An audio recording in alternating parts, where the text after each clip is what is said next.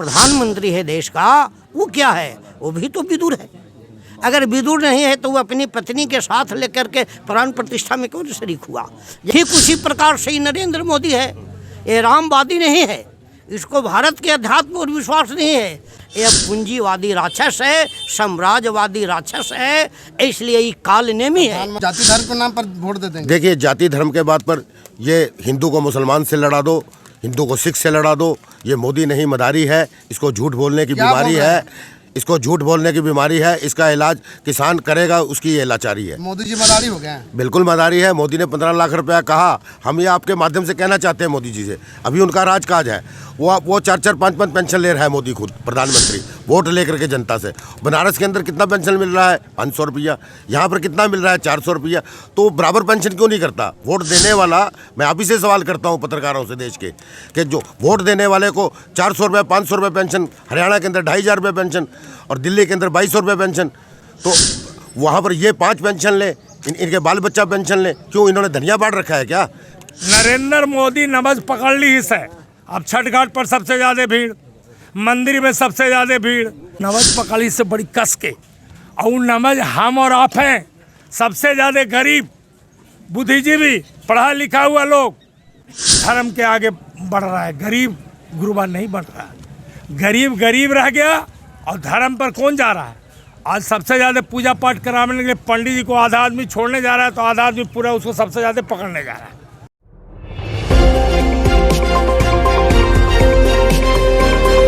हमने पंजाब ने जो, हरियाणा ने जो 1.25 साल आंदोलन दिल्ली में चलाया, वो 3 काले कानून के ऊपर था, जिसमें पूरे देश ने हमारा साथ दिया और किसान की जीत हुई और मोदी जी को माफ़ी मांगना पड़ा और काले कानून वापस लेना पड़ा।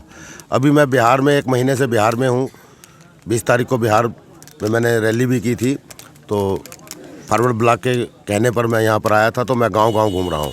यहाँ जो उत्तर कोयल नहर है, इस पर सभी सांसद और विधायकों ने ये पिछले 20 सालों से नारा दे रहे थे कि हम पानी लाएंगे।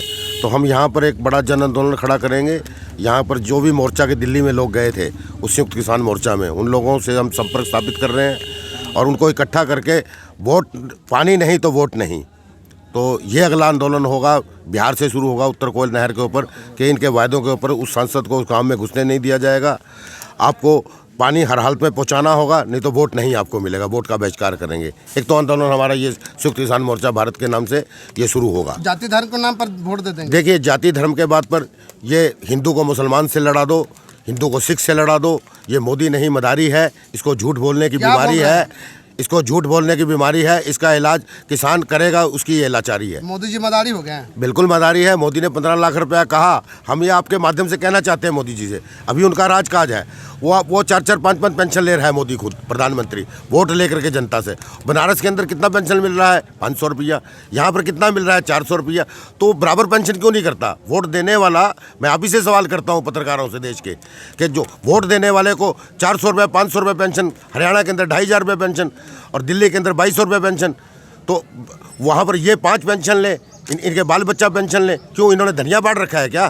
किसान अन्नदाता पैदा करता है, जो अन्न पैदा करे, उसको अन्न पैदा करने वाले को पानी नहीं पीने के, यहाँ सड़कें नहीं है, यहाँ अस्पताल नहीं है, यहाँ पर स्कूल नहीं है, यहाँ टीचर नहीं है, यहाँ दवा नहीं है, बिहार के अंदर बिजली नहीं है, तो क्या हालत बना रखा है आपने? चाहे कोई नीतीश कुमार जी भी हमारे साथ आंदोलन में, 74 के आंदोलन में जब इमरजेंसी लगाई थी, इंदिरा जी के खिलाफ आंदोलन चला, लालू प्रसाद, ये सभी एनडी की जो बात कर रहे हैं, ये चोर हैं साले, जितने भी हैं इन्होंने चोरी किया है। तो उसके अंदर भाजपा के अंदर भी वो शामिल है। भाजपा के अंदर कौन सा चोर नहीं है? कांग्रेस के अंदर कौन सा चोर नहीं है? ये तमाम जो पॉलिटिकल सिस्टम है आज भारत का, जो हमें आज़ादी मिली, वो आज़ादी लूली लंगड़ी आज़ादी थी। जो नेताजी की आज़ादी चाहते थे, जो शहीद आजम भगत सिंह आज़ादी चाहते थे, जो चंद्रशेखर आज़ाद आज़ादी चाहते थे, जो आज़ादी की लड़ाई लड़नी थी, वो आज़ादी हमें कंप्लीट आज़ादी नहीं मिली। समझौता हुआ, कंप्लीट आज़ादी हमें लेना बाकी है। और वो किसान, भारत का किसान और मजदूर इकट्ठा होकर के लड़ेगा, गाँव लड़ेंगे उसके ऊपर। और वो मुझे पूरा विश्वास है, जिस प्रकार दिल्ली के अंदर हमने आंदोलन लड़ करके हमने मोदी को माफ़ी मांगने पर मजबूर कर दिया था। और उसी प्रकार बिहार का भी जो किसान है, मजदूर है, वो गरीब जरूर है, वो लड़ेगा और लड़ करके पंजाब और हरियाणा और सारा जो मिल करके लड़ेंगे और ये इनकी सरकारें जाएंगी, चाहे वो नीतीश की हो, चाहे लालू की हो। किसान मजदूर की सरकार बनेगी, किसान का बेटा, मजदूर का बेटा राज करेगा, वही ये व्यवस्था को बदलेगा। 34,786 कानून आज उनकी कोई अवस्था नहीं है जो एक ही धार में बदल देने चाहिए मोदी को। गांव के लोग गांव का फैसला करेंगे, गांव की पंचायतें, गांव का लोग, जो एक आम आदमी है वो सांसद सदस्य के रूप में वो प्रस्ताव जो पास करेगा उसको सुप्रीम कोर्ट को भी मानना पड़ेगा। आज तो सुप्रीम कोर्ट की ये हालत है कि 9 करोड़ में सुप्रीम कोर्ट का जज बिक जाता है, राज्यसभा के लिए बिक जाता है। बहुत बड़ा आरोप लगा रहे हैं। मैं बिल्कुल सही कह रहा हूँ। आप देखिए, पाकिस्तान के अंदर जब हिंदुओं को कत्ल किया जाता था, वहाँ पर उस वक्त अंग्रेजों का राज था।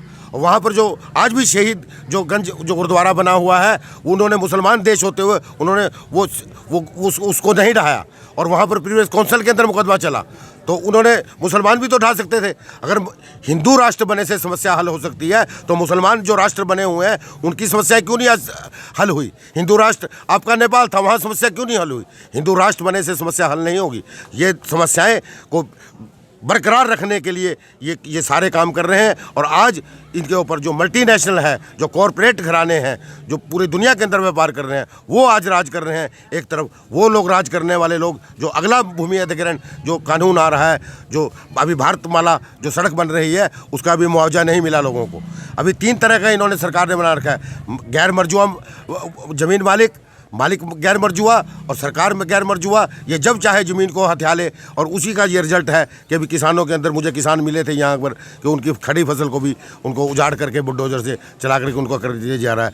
तो भारतमाला सड़क जितने भी नेशनल हाईवे बने हुए हैं उसके 2 किलोमीटर इधर और 2 किलोमीटर दूसरी तरफ वो सारी ज़मीन को एक्वायर किया जाएगा। किसान को कोई मुआवजा नहीं मिलेगा, उनको जेलों में ठूसा जाएगा। इसी प्रकार जो रेलवे लाइन बनी हुई है उसके 2 किलोमीटर इधर और 2 किलोमीटर, चाहे उसके अंदर गांव आए या बस्ती आए, बुलडोजर चला करके ये लोग उनको तबाह कर देंगे। बनारस के अंदर भी इन्होंने यही हाल किया है, यूपी के अंदर भी यही हाल किया। ये गरीब को नहीं, गरीबी ख़त्म नहीं, गरीब को ख़त्म कर देंगे। भारत का गरीब जो जाग चुका है, 62 करोड़, जो 1 बीघा, 2 बीघा, 10 बीघा, 12 बीघा का किसान है। इसी प्रकार जो उस पर खेती पर निर्भर करने वाला लोग है, मजदूर है, चाहे वो यहाँ का हलवाई है, मैं उसको मजदूर मानता हूँ, काम करने वाला मानता हूँ। वो कोई अमीर आदमी व्यापारी नहीं है। उनके ऊपर भी GST टैक्स लगा करके, अन्य प्रकार के लगा कर, रिक्शा चलाने वाला है, ऑटो चलाने वाला है, वेल्डिंग करने वाला है, लोहार है, बढ़ई है, ये सब प्रकार के जितने भी हैं सब इकट्ठा होकर के कमेरा वर्ग बन करके इन लुटेरा वर्ग के खिलाफ जिस प्रकार पंजाब हरियाणा ने वो लड़ाई लड़ी, पूरा देश उसके साथ शामिल हुआ।